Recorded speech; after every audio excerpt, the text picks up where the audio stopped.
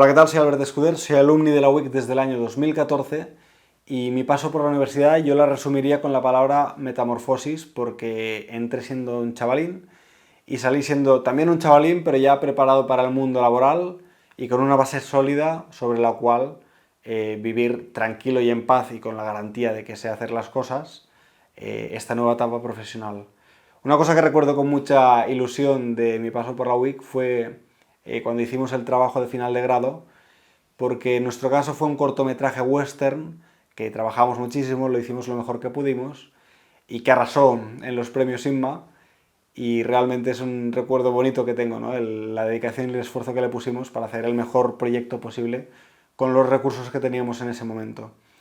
Yo os daría un consejo, chicos, que es el de cara a ahora que empezáis el mundo profesional y de cara a la vida incluso, si queréis, es el de escuchar vuestro corazón, o sea, tomaos en serio vuestro corazón porque os indica el camino a seguir, os dice hacia dónde vale la pena que dirijáis vuestra vida. Y luego es cierto que la realidad pues, os llevará por un lado o por otro, pero si os tomáis en serio lo que tenéis en vuestro corazón, llegaréis lejos y además viviréis mucho más felices. Y luego, pues esto, la vida pues nos irá llevando poco a poco hacia donde sea nuestro camino. Un caso concreto, un ejemplo concreto de esto que os digo es, por ejemplo, nosotros tenemos una empresa que se llama Dauge